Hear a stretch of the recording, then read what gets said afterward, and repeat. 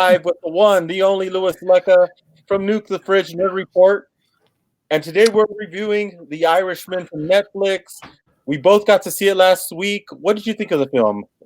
It was long but great. Monster of a flick. Definitely worth watching in the theater.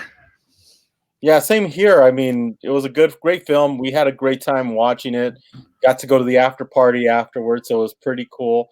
But yeah, so let's get into it. Let's dive into it. I'm Mike Sandoval, your host from MUSE TV, and I liked the film. I thought it was a great film. Martin Scorsese did it again.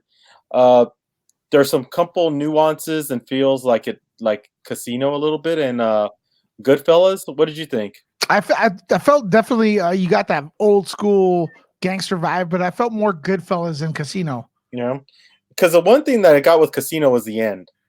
The ending kind of like had that where it flashes back, or it kind of like tells a story and pulls everything together, kind of like Casino does, and tells the history of how the Vegas Strip got together and got going. That's what I thought of the film. I saw that part. Yeah, the movie's pretty much based on the history of Jimmy Hoffa, who was a guy who existed during the '60s, I believe, and he was part of a union and got some sort of, I guess, some mob ties. I've heard of him before, but I've never really got into his life much. But the big hoopla with him is like his life was mysterious. A lot of stuff wasn't really documented about, especially what happened to him at the end because he disappeared. But this film takes a lot of let's say creative liberties with history, but it definitely works and stuff. And I think the biggest strength, movies good when you're watching it and immediately after you want to go and research if it's based on a real person, what the heck, really happened. And that's exactly what happened to me. Yeah, and the time, and that's what happened with me as well. 3 hours and 30 minutes of a film, and it didn't feel like it. Well, it did feel for me. It did feel long for me, but not to the point where I felt like I wanted to forward it or it was too long. Like it just felt long sitting in a place, right?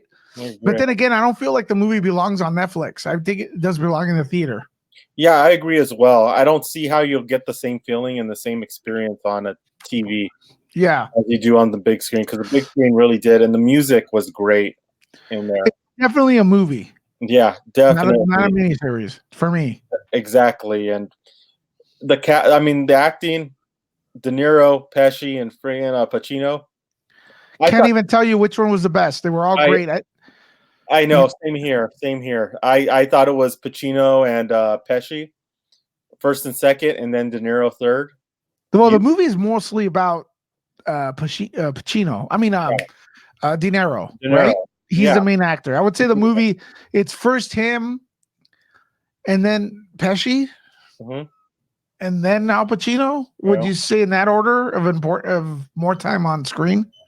It's kind of time on screen. It felt like, yeah, I guess you could say that because Pesci was there from the beginning. So I think that's what the screen time will be like. But Pesci and Pacino for me stole the show.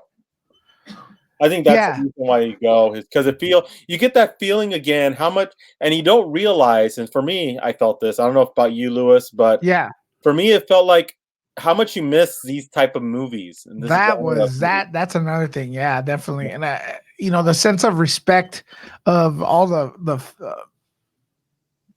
press that was there too, just watching it. Like a couple of times I found myself looking at the people sitting, that was kind of cool. Yeah, and people jumping because of the gunshots, because he sounded so realistic at the Chinese theater that you saw people jump. Cool. Well, I think that Martin Scorsese films, they do that. They have like this weird particular gunshot sound effect that, man, sounds real scary and real, almost like a firecracker, but not. Yeah.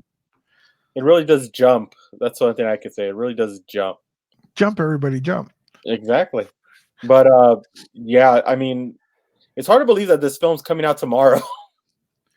Well, it is theatrically, and then like you mentioned on Netflix on November 27th.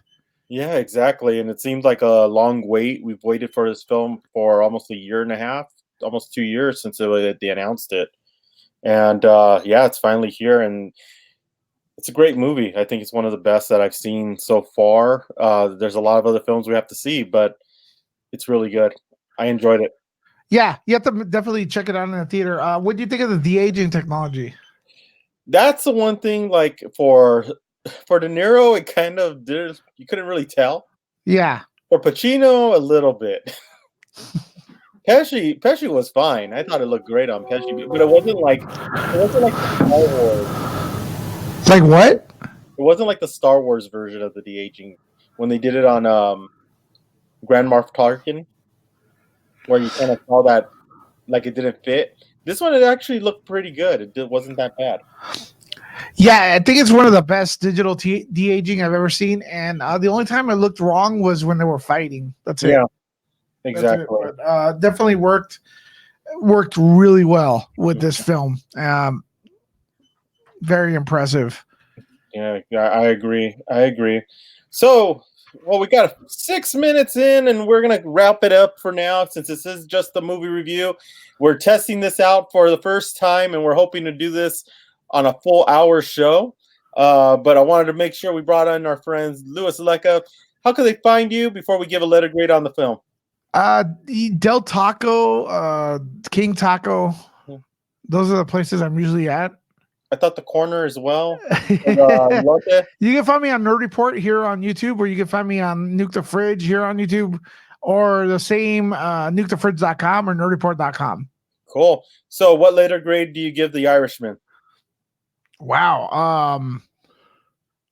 9. Letter grade, not number. Letter. Oh, sorry, grade. letter. I We don't do do letters letters. here. We don't do numbers. Letter grade. Wouldn't 9 be a B plus?